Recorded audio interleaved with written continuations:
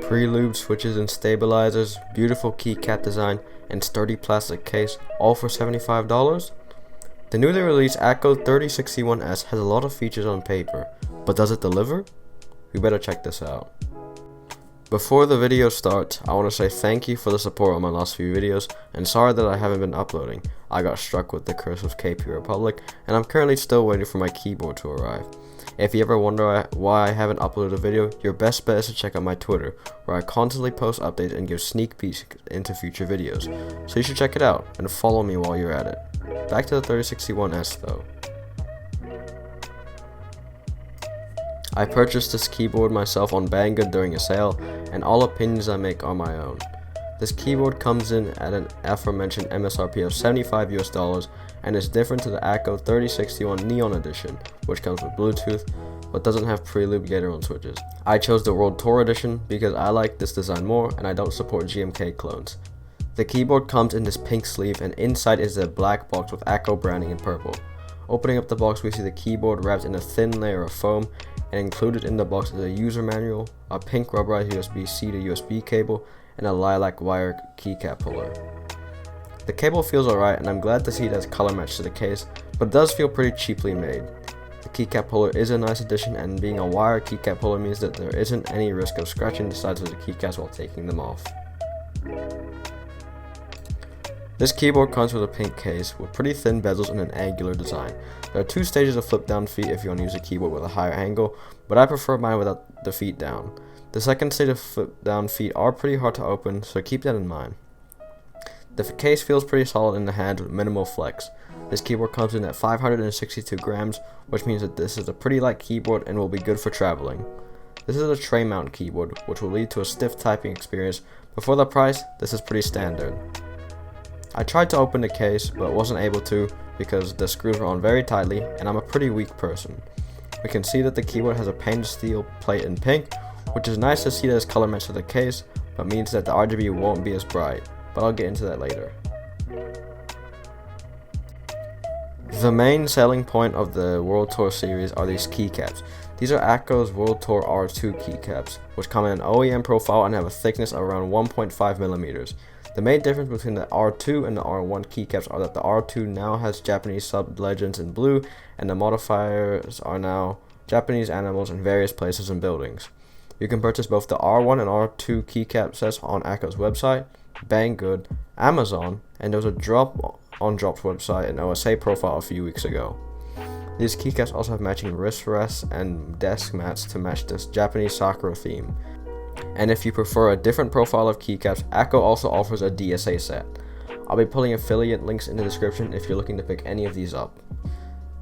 The 3061S currently comes in 3 different switch variants, all of which are Prelubed Gator-on switches that you can also buy separately on Akko's website. They have the Gator-on Orange, which is a light tactile, the Gator-on Yellow, which is probably the most popular switch included, a slightly heavy linear switch, and the Gator-on Pink, which is what I ordered my unit with.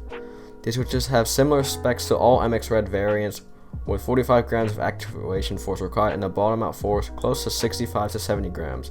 At least that's what this force graph tells me. I would have liked to see Akko's CS switches as an option too, or the Akko branded pink, orange, and blue switches. Since only 3 options for switch choices doesn't seem like enough. But back to the Gator-on switches. The factory lubing seems pretty consistent, and there's minimal scratch on the switches in feel, but they do have a more pronounced scratchy sound. Here's how they sound.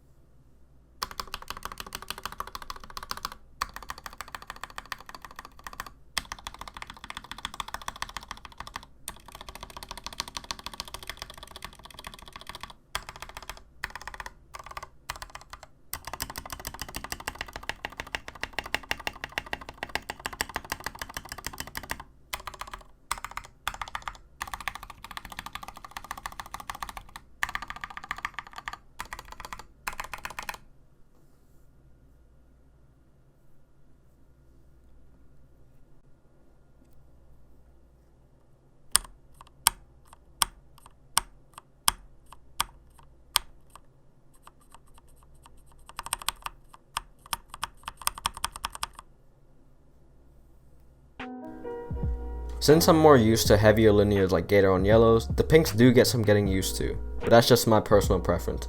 The stabilizers are very heavily looped from the factory, so much so that my spacebar felt mushy when I first started using it, but after a while the spacebar broke in and it felt normal.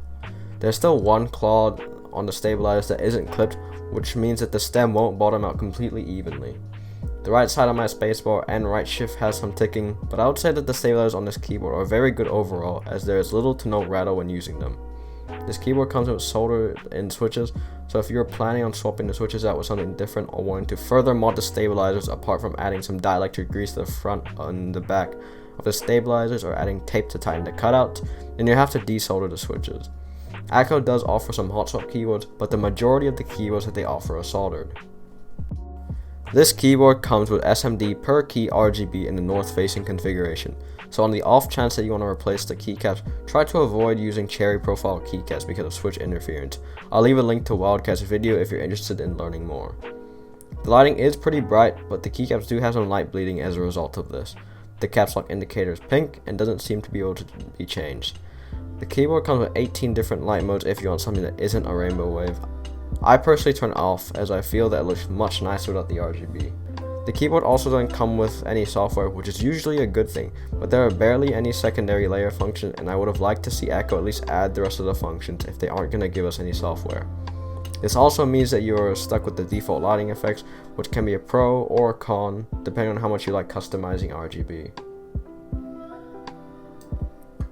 For $75, this is a great keyboard for someone who just wants a nice looking keyboard with pre-lubed switches so that they won't have to manually desolder the board, lube the switches, and resolder everything. I think for $75 keyboards that the stabilizers are pretty good, although the ticking can get annoying sometimes. I highly recommend this keyboard to anyone who likes to look at this keyboard, and as mentioned before, I'll leave affiliate links to everything in the description below, including just the keycaps. If you use the links to purchase either the keyboards, the keycaps, or any of the matching accessories, then I get a small kickback, which will help to fund future videos and support the channel. If you enjoyed this video, consider leaving a like and subscribing to the Turboards channel. Thanks for watching, and I'll see you in the next video.